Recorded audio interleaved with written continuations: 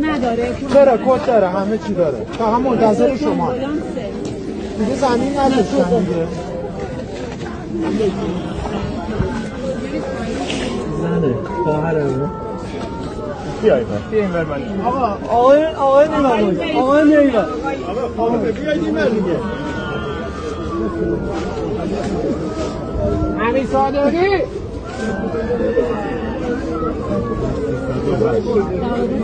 باش بسته آقای خواهره